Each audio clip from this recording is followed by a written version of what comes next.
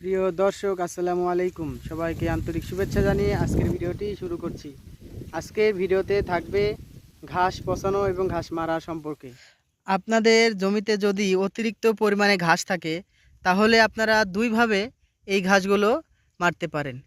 যেমন একরকম ওষুধ আছে যেটা দিলে আপনার ঘাস একদম পুড়ে শেষ হয়ে যাবে, আর একরকম আছে যে ওষুধ দিলে ঘাস পচে যাবে। সেই সম্পর্কে আজকে জানতে চলেছি আমরা।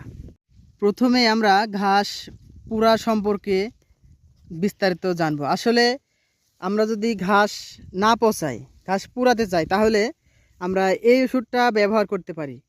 দেখেন, প্যারাকোয়াট 20 SL এই ওষুধটা ঘাস পুরার ক্ষেত্রে ব্যবহার হয়। ওষুধটা এগ্রিসোর্স লিমিটেড কোম্পানির ওষুধ। আপনারা অন্য যে কোনো কোম্পানির ওষুধও ব্যবহার করতে পারেন। এই ওষুধে চায়ের জন্য অনুমোদন করা আছে উইকট এবং মনোকট, এই আগাছা নিধনের জন্য। তবে আমরা এই ওষুধটা আসলে পোড়ার ক্ষেত্রে ব্যবহার করি। যেরকম আমাদের ঘাস তেমন নাই, হালকা পাতলা আছে, সেই জন্য আমরা এই ওষুধটা ব্যবহার করতে পারি।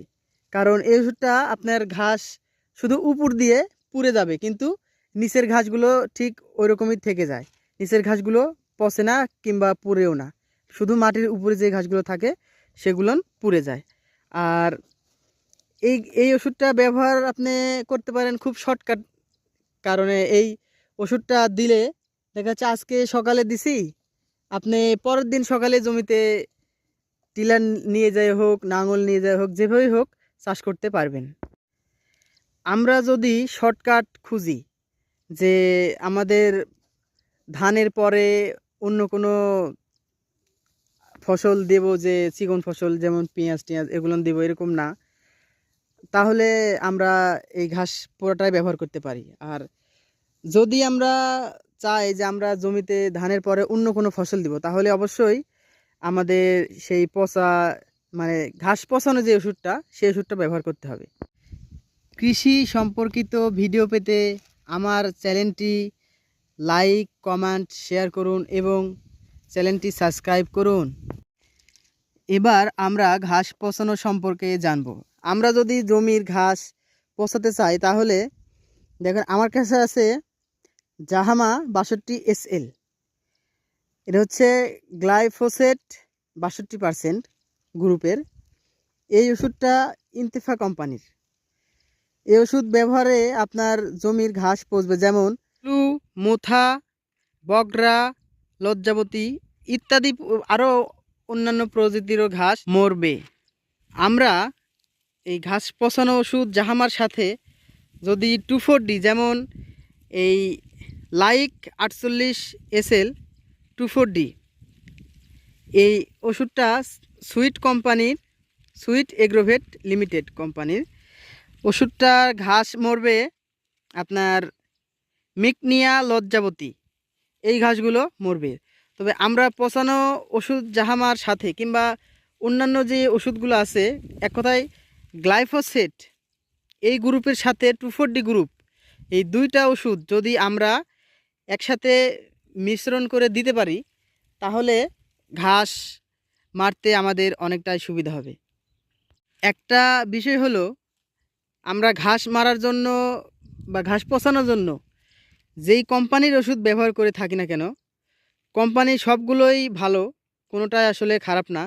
তবে আমরা যদি আসলে পচানোর সঠিক নিয়মটা না জানি, যে আসলে কিভাবে ওষুধ দিলে ঘাসগুলো পচে, এই নিয়মগুলো যদি না জানি, তাহলে আমাদের ওষুধ যেই ভালো, যত ভালো কোম্পানিরই হোক, সেই ওষুধটা কাজ দেবে না।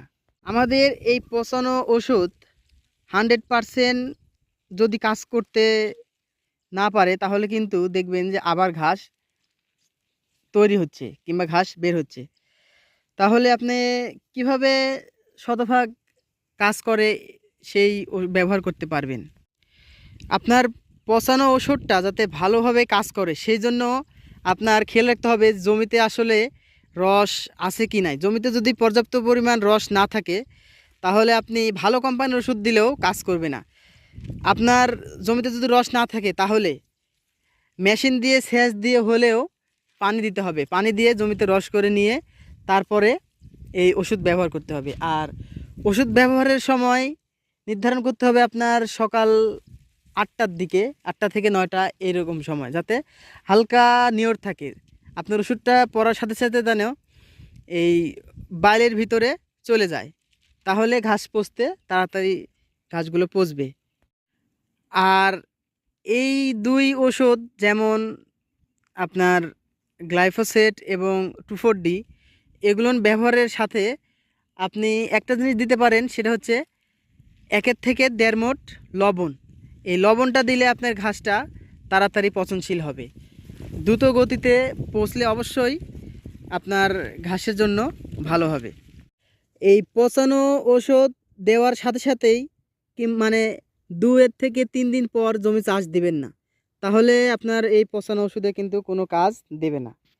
আপনার কমপক্ষে 10 থেকে 15 দিন, যদি 15 দিন সময় নাও থাকে হাতে, তাহলে আপনি 10 দিন পরে জমি চাষ দিবেন, এছাড়া কিন্তু শতভাগ রেজাল্ট পাবেন না।